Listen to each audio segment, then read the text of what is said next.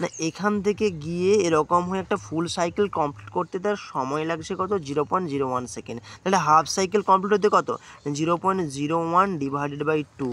এই টাইমের মধ্যেও কিছু দেখো পজিটিভ নেগেটিভ, পজিটিভ আবার ঘুরে আবার নেগেটিভ, তাহলে এই ডিউরেশানে ও কী করবে না পজিটিভ থেকে নেগেটিভ আবার নেগেটিভ থেকে পজিটিভ হবে। তারপরে বলছি কি একটা এলসি স্পন্দকের স্বাভাবিক কম্পাঙ্ক কত, তোমরা এটা করেছো অলরেডি না।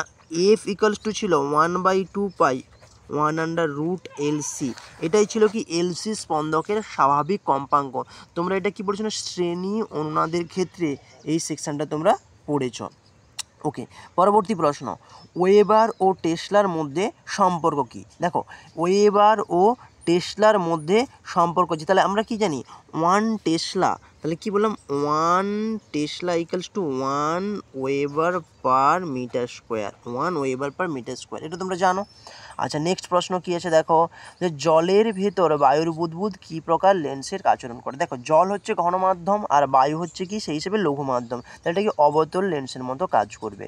পরের প্রশ্ন, হাইগেন্সের তরঙ্গতত্ত্বের সাহায্যে মানে তরঙ্গতত্ত্বের একটি ত্রুটি উল্লেখ করে। দেখো হাইগেন্সের তরঙ্গতত্ত্ব অনুযায়ী কী বলছে, ওয়েভটা সবসময় সামনের দিকে প্রপাগেট করবে, কিন্তু ওয়েভটা পেছনের দিকে কেন প্রপাগেট করবে না সেই হিসেবে কোনো কিন্তু তরঙ্গতত্ত্বে বলা নেই।